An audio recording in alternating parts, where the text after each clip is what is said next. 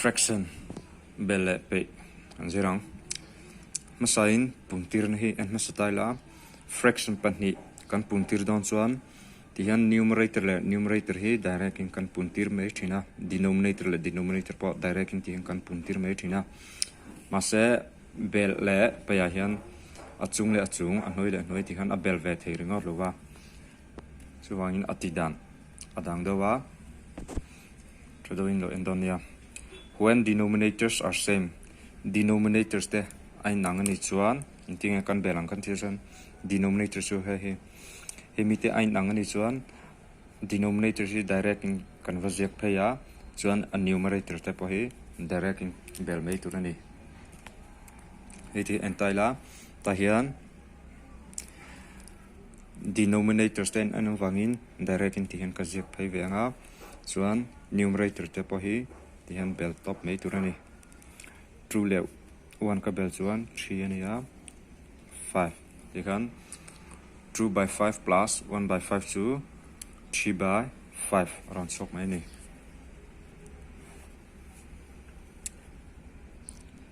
2 by 3 minus 1 by 3 hi pele don taila intiang kan pe vyang kan ti chuan tunmi nen kai nang renga tidan numerators te denominators te nangni chuan tian direct in zia phei top mai tur chuan eta numerators te po direct in pele top mai tur ani 2 tingin 1 ka pe chuan 1 choka noya 3 ama tikhan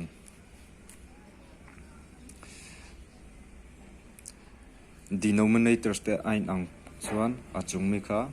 direct in zia top mai turani 1 by 7 plus 3 by 7 lo ni le ta se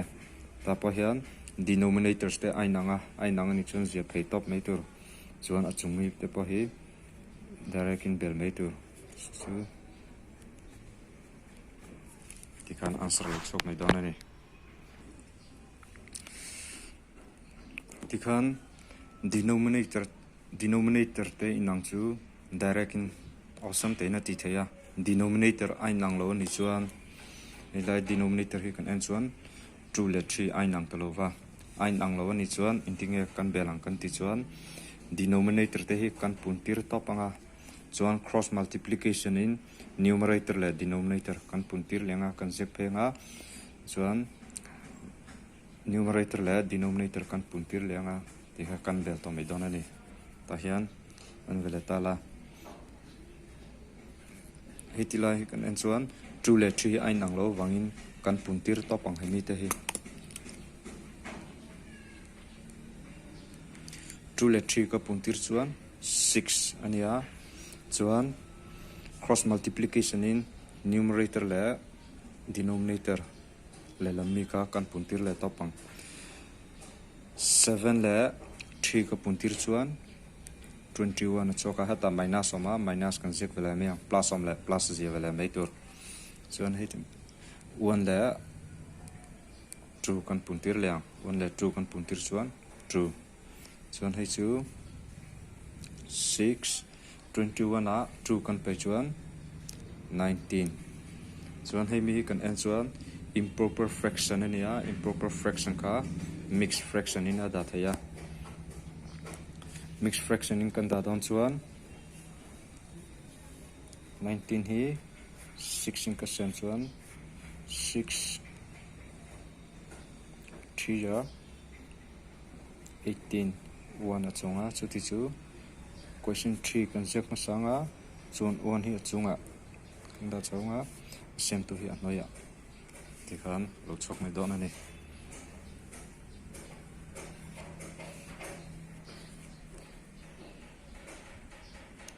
1 by 2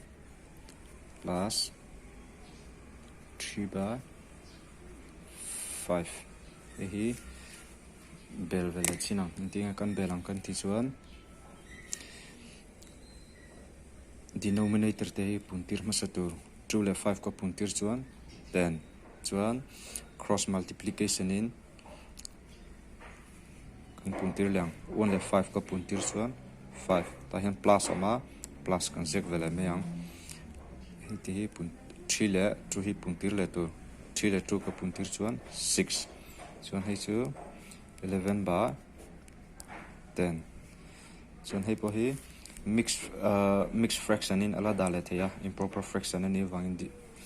numerator he lian zo ko wangin hei kan da vele don chuan 10 in sem tala 1 10 1 a chonga chuti chu 1 1 ba 10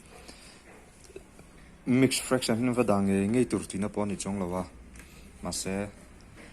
atlang puin improper fraction ho hi chu mixed fraction in inject thinani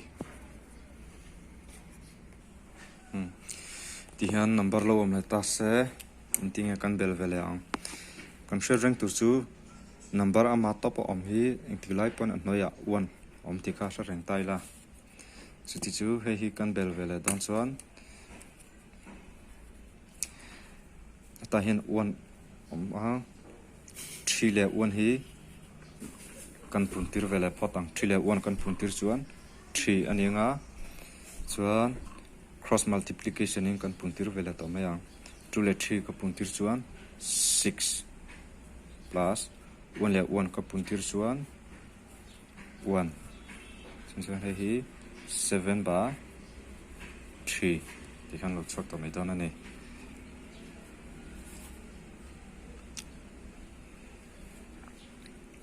4 by 3 minus 1 lo ni ta se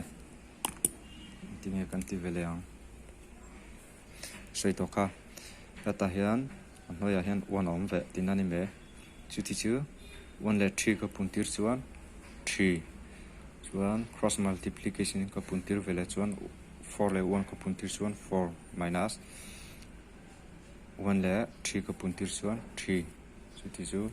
4 a 3 ka pe chuan 1 3 ti khan eng number po ni rose fraction ati dan ber kan thim kha chuan eng number po kha tuna kan tiang khan a bel theya a pai thei bo kani he tiang mixed fraction ho hi tinga kan belang kan ti vele chuan ama sign mixed fraction ho hi improper fraction a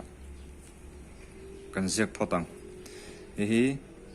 intinga improper fraction a kan dang kan ti chuan true le asirmi 1 nen kan puntir nga ron chok le achungmi nen kan bel leang true le 1 ka puntir chuan true ania true le 1 ka bel chuan 3 chuti chu 3 by true plus oma plus kan da lenga e hinting kan ti veleang kan ti chuan true le true ka va puntir chuan 4 4 le 1 ka bel chuan 5 5 by 2 chuan e kan enchon denominator te hi ain anga denominator te ain angani chuan numerator po ti han direct in bel to me tur hani 8 by 2 e chu 80 2 in ka sam vele chuan 4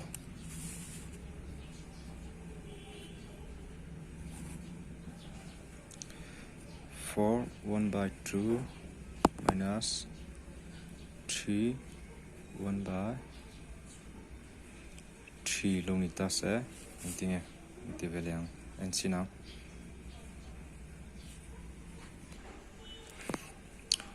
ama sign mixed fraction ho hi improper fraction a kan dale phatang chu 2 le 4 ka puntir chuan 8 8 le 1 ka bel chuan 9 9 by 2 lo ni nga chuan hi 3 le 3 ka puntir chuan 9 9 le 1 ka bel le chuan 10 10 by 3 chuan an hoi mi denominator ti kan en chun ain ang talowa ain ang lo chu kan puntirang kan ti to kha tian 2 le 3 ka puntir chuan 6 chuan cross multiplication in puntir le tomato 9 le 3 ka puntir chuan 27 minus minus kan dale me ang chuan 10 le 2 ka puntir chuan 20 chuan 27 atangin 2 ka pe chuan 7 choka maya 6 of the khan mixed fraction po improper fraction akan da potanga chuan ma kan zir to angin kan tile to me don ani hi improper fraction ania kan dula mixed fraction in kan danga dulo pon ti hana da thei tho ti hian fraction pathum lo am ta se in tinge kan punti rang kan ti vele chuan ni chin mi ang tho khan denominator te hi kan puntir le ve kang 2 le 3 ka puntir chuan 6 ania 6 le 5 ka puntir chuan 30 chuan cross multiplication in kan puntir ngai le dona in tinge cross multiplication in kan puntir ang kan ti chuan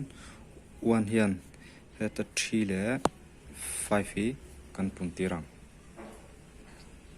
52 1 3 5 heng ho hi ka puntir vek ngai don tina ni chu ka puntir vek chuan 1 le 3 ka puntir chuan 3 le 5 ka puntir chuan 15 plus ama plus kan siak velenga chuan next a 2 hian ka puntir velengai dona 2 in ka puntir dan tur chu cross multiplication in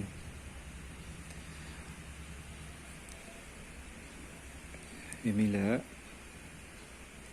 hi ka puntir veleang 2 le 2 ka puntir masanga chumi ron chok le het asir mi 5 ni hin ka puntir le meyang 2 le 2 ka puntir chuan 4 ania 4 le 5 ka puntir chuan 20 chuan ta hian minus ama minus kan zek vele meyang atop bera 1 ama 1 in he ka puntir ang kan ti vele chuan 1 in heta 3 le ber 2 hi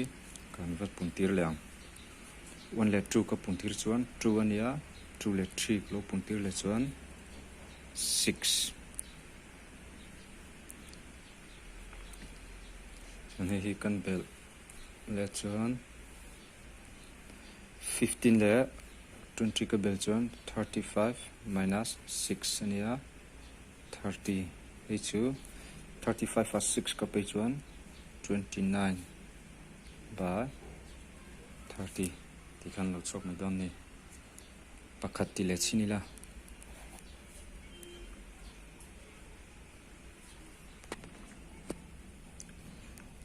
4 by 3 minus 3 by 4 minus 1 by 2 lo ni ta sa